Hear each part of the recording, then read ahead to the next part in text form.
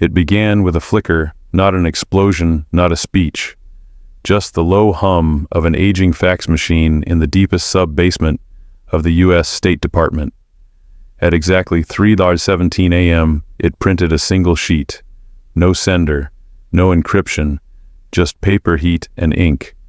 And 4 letters that sent a chill through the room, DJT. The message was brutally simple: 24 hours, 90% of oil and gold, or face consequences.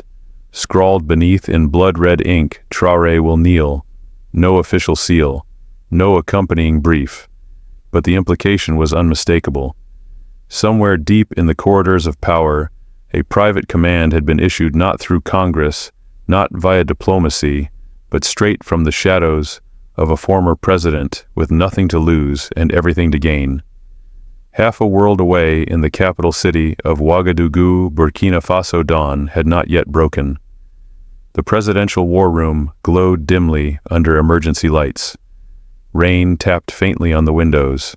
A copy of that same fax now lay in front of Captain Ibrahim Traoré, revolutionary head of state, and a man who had once taken down a regime with a half-full rifle and a heart full of rage.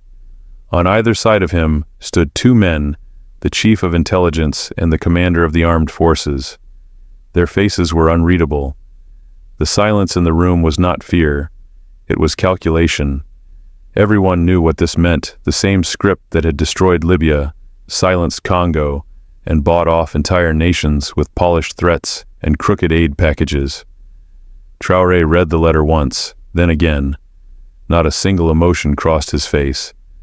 Then he reached forward slowly, deliberately, and tore the paper in half, again and again, until only shreds remained like fallen feathers at a crime scene. If that is the price of peace, he said, his voice low and cold, then let them learn the cost of war. His generals said nothing. They didn't need to. The decision had already been made, not in ink, but in steel, and so it began. Not a battle for gold, not for oil, but for something far more dangerous, the right to exist without kneeling. Washington, D.C., 10:04 p.m. The city was asleep, but inside a soundproof room on the 37th floor of a glass tower overlooking the Potomac, 3 men weren't. Fluorescent lights buzzed overhead. A silver briefcase sat between them, its locks already undone. The top was flipped open, revealing a thick file stamped SRA FX9, Confidential Strategic Resource Acquisition. Donald J. Trump leaned back in his chair, hands folded, eyes burning with that familiar mix of pride and menace. No cameras, no press. This wasn't politics. It was a deal, and for him, deals were always war.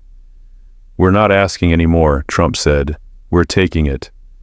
A man across the table, once a senior ExxonMobil executive now embedded with the National Energy Task Force, nodded slowly. Burkina Faso just confirmed oil deposits massive, untouched.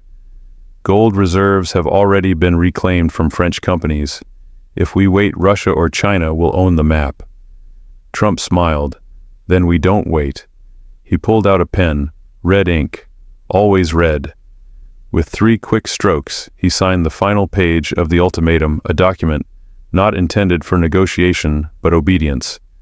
Then he scribbled one more line at the bottom: Traoré has 24 hours, DJT. 6 hours later, a convoy of unmarked black SUVs crossed the eastern gate of Ouagadougou's restricted diplomatic zone. Inside the lead vehicle sat Colonel Rickman, a former U.S. military attaché turned private security consultant. The briefcase beside him was locked with 3 biometric codes, State Department private contractor, and Trump's personal signature. At precisely R07Z0 local time, the case was placed on Captain Ibrahim Traoré's desk. The president, dressed in olive fatigues, eyes heavy from sleepless nights, stared at the sealed folder marked U.S. Strategic Demands. Immediate action required. No smiles, no pleasantries, just steel. He opened it. 7 pages, typewritten, calculated, ruthless. Page 1. Immediate authorization for U.S. corporations to extract and export up to 90% of Burkina Faso's oil reserves. Page 2. All gold export routes to be handled by American-approved intermediaries. Page 3. Creation of an Advisory Economic Stability Board, staffed entirely by U.S.-nominated officials to oversee national energy and mining policies. Page 4. Transfer of all mining contracts to be reviewed and rewritten within 60 days. Page 5. In return, the U.S. offers vague promises, military cooperation, security assistance, and a line that chilled the room: protection from regime change. Page 6. Legal waivers, immunity clauses, sovereign asset access. Page 7. A final handwritten line in red: obey us or fall. Traoré didn't speak. He didn't blink. He turned page after page in silence. His chief of intelligence watched nervously. The army commander shifted in his seat. "I recommend caution," whispered the intelligence chief. "This is not just a message. It's an ultimatum dressed like a contract." The army commander leaned forward. "They're testing you. They think you'll fold like the others." Traoré finally spoke. His voice was flat, but each word struck like a hammer. "They want 90% of our future. They'll get 100% of our defiance." He stood up, walked to the window. Outside, the city of Ouagadougou stirred awake. But in that war room, time froze. He turned to his generals. "Send word to the sovereignty force. Lock down every oil field. Shut every foreign data line. Double security on every mine. Prepare the press." The intelligence chief hesitated. Should we call Paris, or at least number Washington number? Then who? Traoré turned slowly, eyes cold as iron. "Call the people. They're the only allies that matter." And with that, a document meant to subjugate an entire nation became the matchstick for a continent-wide fire. It was supposed to be the best-kept secret in Africa. Buried deep beneath the scorched Sahel, under layers of ancient rock and desert silence, lay a secret capable of redrawing the global energy map, not a rumor, not a hope, but hard geological truth. Vast oil fields, rivers of gold veins, energy corridors so rich they could feed an empire for decades. And for a brief moment only one man knew: Captain Ibrahim Traoré. Months before the ultimatum landed on his desk, Traoré had ordered a top-secret joint military energy operation, its code name Operation Sovereign Flame.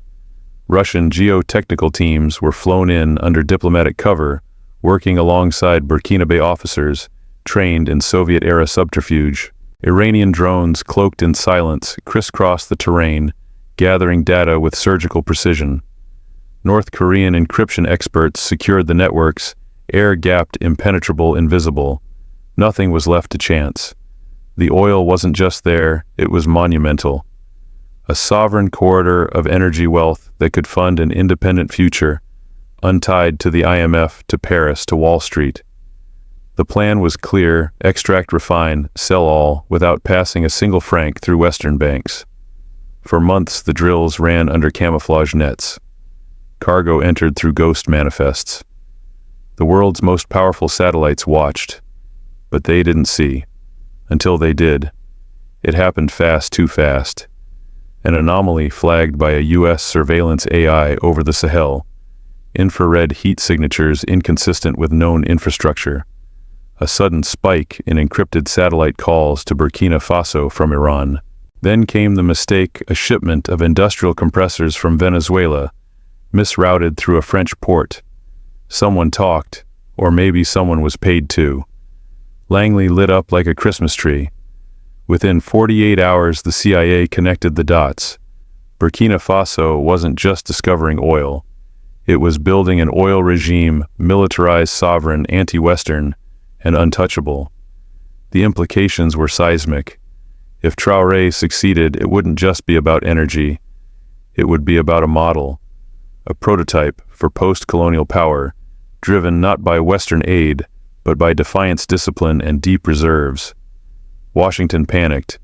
Paris panicked harder. One CIA memo later leaked described it as the African firewall. Another called Traoré a contagious threat. Not because of what he had, but because of what he might inspire. Mali was watching, Niger too, Chad, the Congo, 100 million people on the edge of poverty and revolution. If one captain could rewrite the rules, what would stop others back in Ouagadougou? Traoré was already several moves ahead. He had seen the satellites change course. He had intercepted the signal leaks. He knew the clock was ticking, so he did the unthinkable. He accelerated the program. Oil drills doubled their shifts. Gold convoys rerouted with decoys. National encryption networks were hardened overnight. And most importantly, he shut off all foreign data access. No more shared geological scans. No more joint analysis contracts. No more Western consultants. Burkina Faso was closing the gates. And then the leak. It wasn't supposed to happen. But like all great secrets, this one found its way to the surface. First, an obscure Pan-African blog published a rumor Burkina Faso sits on sovereign oil empire.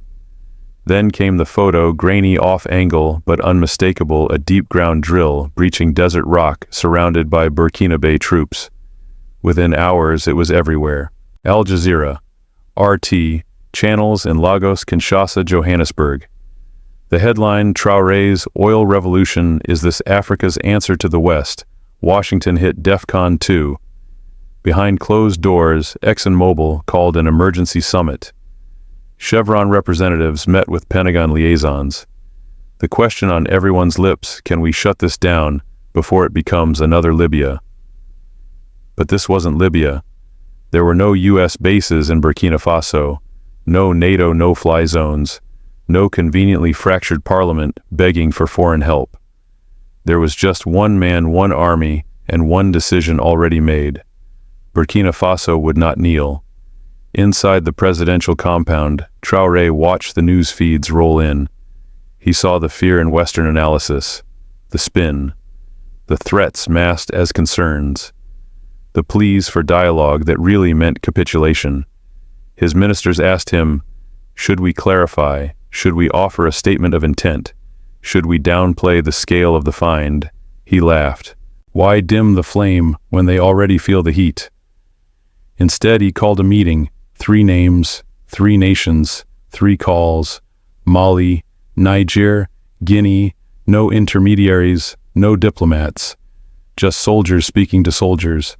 And in less than 48 hours, something extraordinary happened. They all said yes. Yes to a united front. Yes to economic defense. Yes to a doctrine that would shake the world. Touch one of us, touch all of us. AES, the alliance of Sahelian states, went from idea to ironclad pact. Joint intelligence was activated. Military command posts connected by encrypted links. Border patrols tightened. UAVs deployed. Oil fields now under multi-nation surveillance.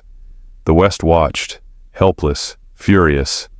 Traoré watched too, but not with fear, with precision. He wasn't just defending resources. He was preparing to weaponize the very idea of sovereignty. The broadcast wasn't scheduled. There were no rehearsals, no makeup, no flags lined neatly behind the podium. Just one camera, one room, one man. The national channel cut to black. Then, with a flicker, the screen lit up. Captain Ibrahim Traoré stood before the nation in his uniform, the Burkinabe flag at his back, a sealed folder in his hand, stamped in bold red letters, U.S. Threat. He didn't start with greetings. He didn't start with pleasantries. He started with fire.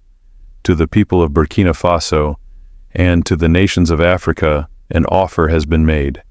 Not for cooperation, not for partnership, but for surrender. The room behind the camera was silent. Across the country, televisions flickered. Radios went quiet. Even the streets stilled. They want our oil, our gold, our future, and they offer in return fear. He raised the folder, opened it, and read aloud. Sign over 90% of our oil. Hand them our gold roots, place our economy under their control, and in return, protection. From what exactly, from whom? He looked directly into the camera. You call that diplomacy, I call it extortion. Then came the name. To Donald J. Trump and to those who sent him, you have misjudged us. We are not Libya, we are not Iraq, we are not your playground." He slammed the folder shut.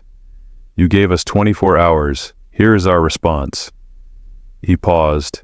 His voice dropped to a whisper, but it carried like thunder. "You now have 24 hours to take your threats, your greed, and your arrogance and leave African soil." He saluted and walked off screen, no questions, no hesitation, just a single line in the sand drawn in steel. The effect was instantaneous. Within minutes, the clip exploded across social media. On TikTok, Twitter, and Telegram, the hashtag surged.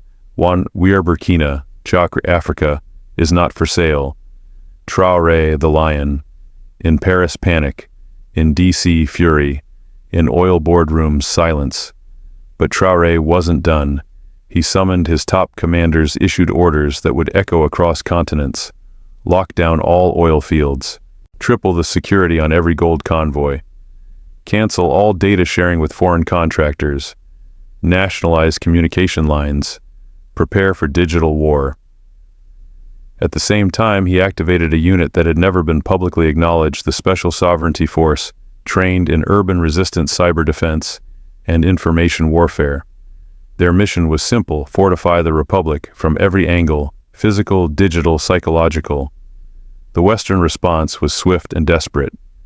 CNN and BBC launched a coordinated narrative. Traoré is reckless. Burkina Faso risks humanitarian disaster.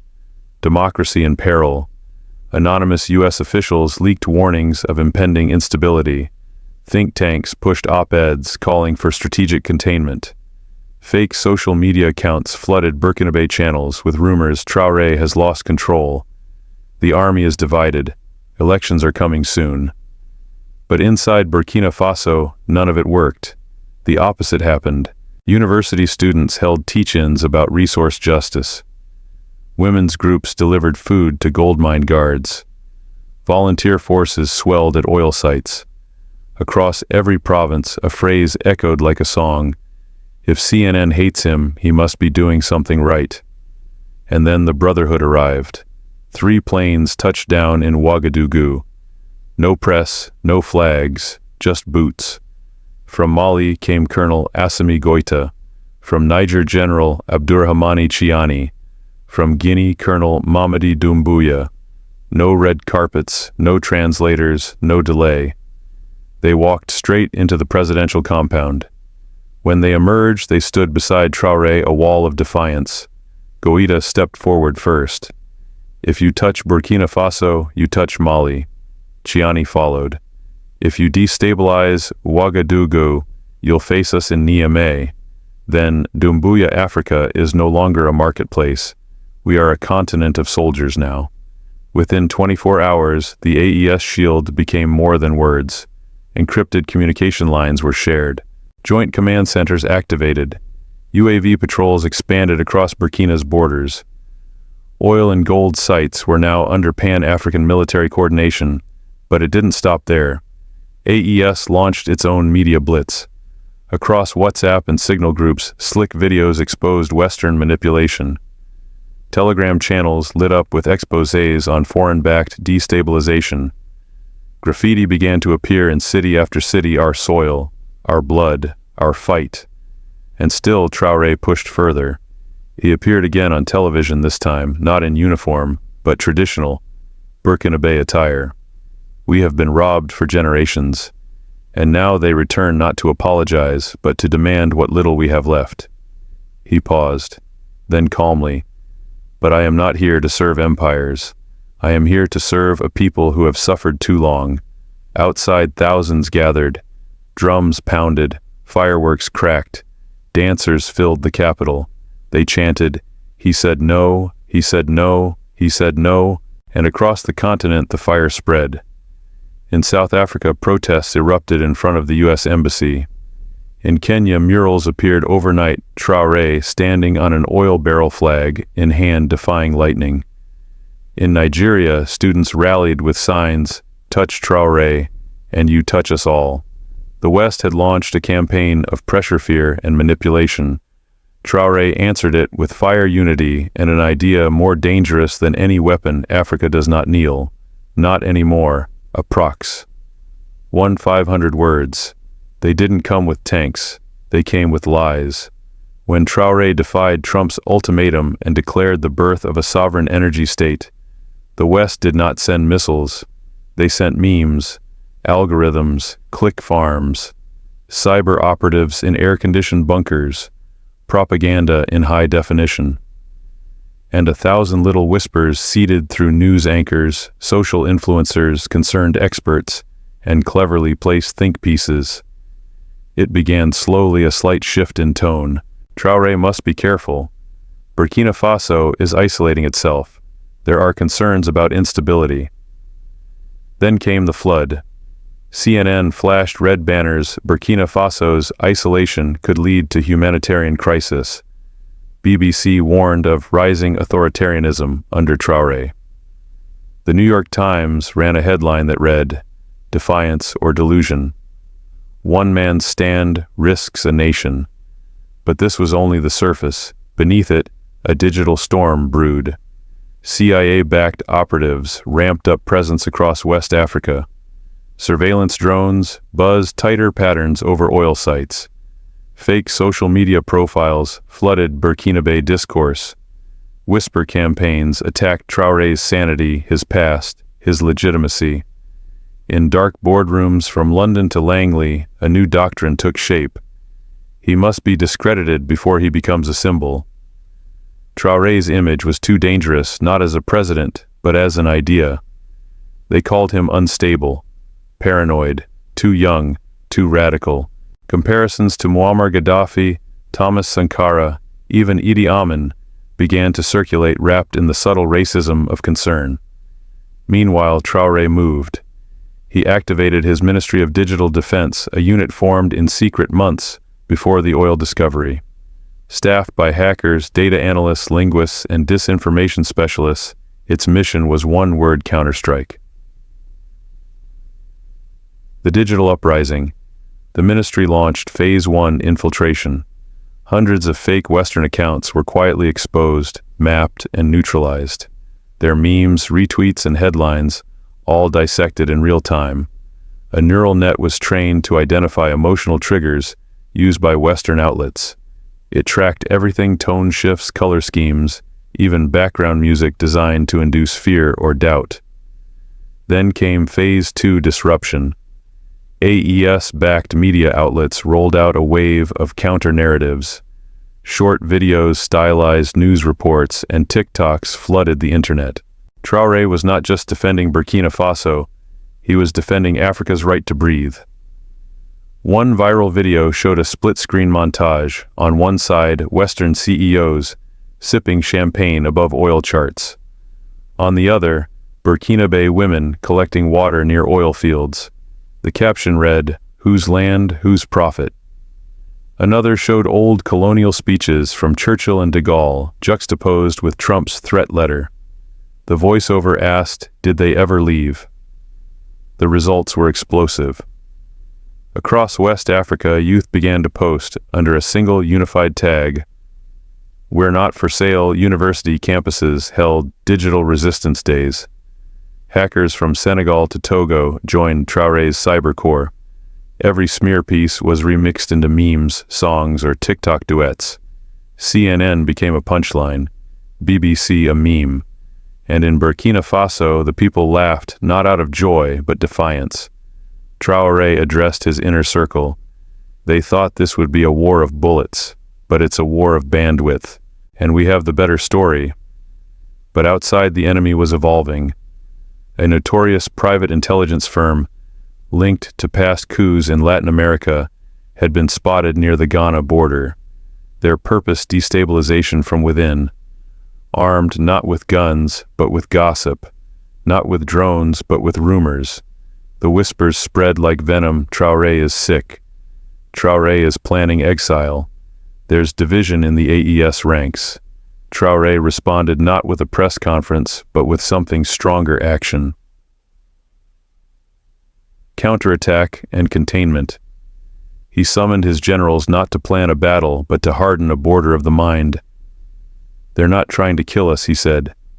"They're trying to make us kill ourselves." Within hours, the Sovereignty Force deployed rapid response media squads across the capital. Schools received new civic curriculum modules, digital sovereignty, media literacy, and disinformation counter-training. AES field officers began hosting village meetings, teaching people to detect psychological warfare as easily as they would a rifle. Meanwhile, Traoré issued a quiet but powerful decree. Every foreign-funded NGO operating in sensitive sectors must declare full transparency within 72 hours or face revocation. It was a chess move, clean, legal, and devastating. Many Western-linked civil society outfits quietly shut their doors. Others resisted and were exposed. Leaked documents showed coordinated crisis narrative planning between 2 European embassies and a major development agency. Social media bots linked to U.S. marketing firms were traced to inflammatory hashtags seeded in Ghana and Nigeria. The evidence was undeniable. Public trust in foreign institutions collapsed. But even as Traoré contained the storm, he knew something deeper was unfolding. This wasn't just about oil. It wasn't just about Burkina Faso. It was about the idea that Africa, if united, if connected, if armed with truth, could become untouchable. So he made one last move. He stepped in front of the camera. No flags, no folder, just him. They sent spies. We sent stories. They used fear. We used truth. They weaponized confusion. We answered with clarity. He looked straight into the lens. To those watching, wondering how we survived this shadow war, understand this. We didn't outgun them. We outlived their lie. And with that, the screen cut to black. No fanfare, no applause, just silence. But across Africa, silence turned to a whisper. The whisper to a chant. The chant to a roar. A war was fought, not on a battlefield, but in bandwidth belief, and the battle for the soul of the continent. And for now, Africa had held the line. At exactly 03:00 a.m., local time, every member of Burkina Faso's National Assembly was summoned under emergency directive. No media, no observers, no leaks. The guards at the door were from the Sovereignty Force. Their weapons were loaded. Their orders were clear, no interruptions. On the table, one resolution. All oil and gold reserves within the territory of Burkina Faso are hereby nationalized and permanently shielded from all foreign corporate ownership. It wasn't just legislation. It was a declaration of war, not with bullets, but with sovereignty. The vote was unanimous. By sunrise, every Western firm still operating in the country received an official notice. Your licenses are revoked. Your operations are terminated. You have 72 hours to leave. Chevron, Total, Barrick Gold, gone. A U.S.-backed energy survey team was escorted to the border under military guard. Canadian mining engineers were put on a plane. French diplomatic envoys were told politely but firmly that Burkina Faso's resources were no longer a topic of discussion. Then came the broadcast. Traoré appeared not in uniform, but in traditional Burkinabe attire. No podium, no script. We have been exploited, lied to, controlled, and now that we discover our wealth, they want it back. But I am not here to manage colonial leftovers. I am here to build something new with and for our people. He paused. To those who think we will kneel, I say this. We are not negotiating with thieves. The streets erupted, drums, fireworks, dancing, children waving the flag, old women crying. Across the country, young people posted selfies holding fuel soil and coins. They captioned them with a single phrase, "We protect what is ours." To retaliation and resolve. 12 hours passed, no response from Washington. Then at 07:42 a.m. Eastern Time it came. A single tweet in all caps. Traoré just made the biggest mistake of his life. Africa will pay for this. DJT, the internet exploded. Fox News ran live panels, Traoré must be stopped. CNBC warned market shock, Burkina Faso nationalizes gold. Former CIA officials called it economic terrorism. But in Ouagadougou, Traoré barely blinked. When his advisors showed him the tweet, he reportedly chuckled and said, "That's the sound of an empire losing control." Yet behind the scenes, the threat was real. Satellite surveillance tripled over West Africa. U.S. Navy ships moved closer to the Gulf of Guinea. AFRICOM issued a bulletin warning of regional volatility. Traoré called his generals. Activate full-spectrum alert. Shield the airspace, secure the mines, fortify the capital. AES responded instantly. Mali sent armored vehicles across the border. Niger repositioned air defense radars. Guinea pledged air clearance for emergency routes. Within hours, AES military integration was no longer a theory, it was operational. Then something unexpected happened. It wasn't governments that reacted, it was the people. Across Nigeria, Kenya, South Africa, Senegal, thousands marched on U.S. embassies. Signs read, "Touch Traoré, touch us all. Africa is not your minefield. Keep your democracy. We'll keep our dignity." In Washington, Trump raged, but Traoré. He recorded a 43-second video, no music, no edits, just truth. He looked into the lens calm and unshaken. This is not just about oil, not just about gold. This is about the soul of Africa, and I would rather die standing than live kneeling. The clip went viral, 12 million views in a day, translated into 12 languages. Even former African presidents began to speak, calling Traoré the beginning of a new generation. And for the first time in decades, Africa breathed. Lessons from Traoré's stand a masterclass in sovereignty and defiance. The story of Captain Ibrahim Traoré and his nation's defiance against Western pressure is more than a geopolitical narrative. It is a blueprint for courage, strategy, and national dignity in a world increasingly shaped by covert dominance and digital warfare.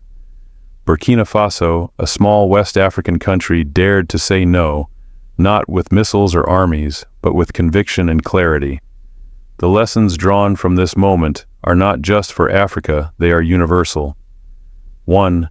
The power to say no is the beginning of freedom. Perhaps the most powerful moment in the entire saga was when Captain Traoré read the blood-ink ultimatum from a former U.S. president and tore it apart. No press conference, no drama, just a quiet refusal. His words, "If that is the price of peace, let them learn the cost of war," encapsulate the first lesson: sovereignty begins where submission ends. Daring to reject offers disguised as threats is a form of resistance far stronger than military might. 2. A nation's size doesn't define its strength. Burkina Faso has no nuclear arsenal, no seat on the UN Security Council, no economic leverage in global markets. Yet it stood firm because it had something greater: belief. Belief in its people, its soil, and its right to determine its destiny. This is a crucial lesson. Power is not just measured in GDP or weapons, but in unity and legitimacy. Traoré's ability to ignite national pride from mine workers to university students is proof that belief can beat brute force. 3. Modern war is waged through algorithms, not armies. This confrontation showed the world that 21st century warfare is not only about bombs or bullets. It is about narratives, data, and perception. The West responded not with invasions, but with headlines, bots, and propaganda. Yet Traoré's team was prepared. They didn't just build oil rigs, they built a ministry of digital defense, trained in disinformation detection, digital infiltration, and emotional manipulation analysis. This teaches us that sovereignty today requires cyber literacy as much as military defense. 4. Resources without control are just chains in disguise. One of the most striking lessons is that resources, oil, gold, minerals, mean little if they're not controlled by the people who own the land. The contract sent to Traoré was not a deal. It was a demand hand over 90% of oil surrender gold routes, install a foreign economic advisory board. Traoré's refusal made it clear, development without autonomy is just another name for modern colonialism. Owning your wealth is the first step toward owning your future. 5. Symbolism is a weapon. More powerful than guns, the West didn't fear Traoré because of what he had. They feared what he represented. A leader who cannot be bought. A country that closes its gates to exploitation. A model others might follow. As one leaked CIA memo called it a contagious threat, and they were right. From Mali to Guinea, protests and alliances spread like wildfire. The idea of a post-colonial Africa sovereign and united suddenly felt possible, and that terrified the old order. 6. No one survives alone. Brotherhood is the shield. When Burkina Faso stood up, it didn't stand alone for long. Within hours, Mali, Niger, and Guinea